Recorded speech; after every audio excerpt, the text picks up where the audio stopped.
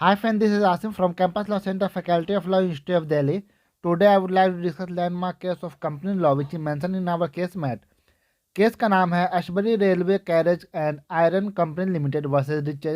ये 1875 का केस है। तो चलिए अब इस केस के फैक्ट, इशू और जजमेंट पे आते हैं। इस केस में एक कंपनी कंस्टिट्यूट की जाती है फॉलोइंग ऑब्जेक्ट के साथ। पहला है टू मेक, सेल और give on hire railway carriage and wagons, और दूसरा है to carry on business of mechanical engineers and general contractor. तो कंपनी जो है वो एक कॉन्ट्रैक्ट में इंटर करती है रीचे के साथ, जो एक रेलवे कॉन्ट्रैक्टर फर्म होती है जो मुख्य रूप से फाइनेंस करती है construction of railway line in Belgium में। लेकिन होता क्या है कि कुछ समय के बाद कंपनी जो है अपना कॉन्ट्रैक्ट जो है वो रिपुडिएट कर देती है, यानी कि कॉन्ट्रैक्ट को तोड़ देती है।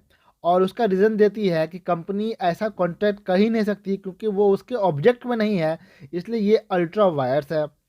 तो जो रीचे है वो ब्रीच ऑफ कॉन्ट्रैक्ट के ग्राउंड पर डैमेज क्लेम करता है और कहता है कि आपने कॉन्ट्रैक्ट तोड़ा है तो आपको डैमेज देना पड़ेगा। उसके बाद होता क्या है, जो कंपनी है वो कहती है कि इस तरह का हम कॉन्ट्रैक्ट नहीं कर सकते थे, इसलिए ये कॉन्ट्रैक्ट ही वैलिड नहीं है।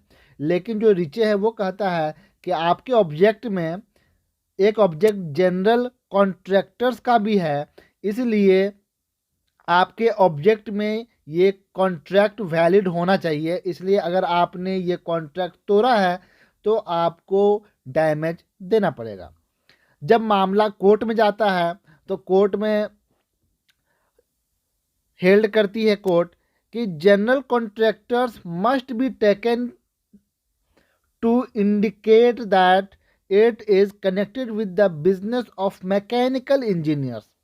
यानी कोर्ट कहती है कि हम अगर जनरल कॉन्ट्रैक्टर की बात कर रहे हैं तो जनरल कॉन्ट्रैक्टर जो है मैकेनिकल इंजीनियर्स से रिलेटेड होना चाहिए, किसी और चीज़ से रिलेटेड नहीं होना चाहिए। दूसरी बात कोर्ट कहती है कि अगर कोई कॉन्ट्रैक्ट अल्ट्रा वायर्स है तो वो हर हालत में वाइड होगा, यानी कि उसका कोई वैल्यू नहीं होगा। और साथ ही अगर लॉ में या फिर स्टैट्यूटरी में अगर कोई चीज़ मना है तो ये कोई मायने नहीं रखता है कि मेजॉरिटी ऑफ शेयर होल्डर जो है वो इसको अप्रूव करते हैं या फिर अपना कंसेंट देते हैं। तो फाइनली कोर्ट ये कहती है कि इस तरह का जो कॉन्ट्रैक्ट है वो अल्ट्रा वायर्स है, इसलिए कंपनी को ब्रीच ऑफ कॉन्ट्रैक्ट के लिए डैमेज नहीं देना होगा। तो इस केस के फैक्ट, इशू और जजमेंट यही है। आई होप कि आपको ये वीडियो इन्फॉर्मेटिव लगी होगी। अगर वीडियो पसंद आया तो प्लीज़ वीडियो को लाइक करें, शेयर करें। हमसे जुड़े रहने के लिए हमारे चैनल को सब्सक्राइब करें। और अगर आपको इस केस का पीडीएफ चाहिए तो कमेंट बॉक्स में व्हाट्सएप नंबर दिया गया है, मैसेज कर दें, आपको पीडीएफ मिल जाएगा। Thank you so much.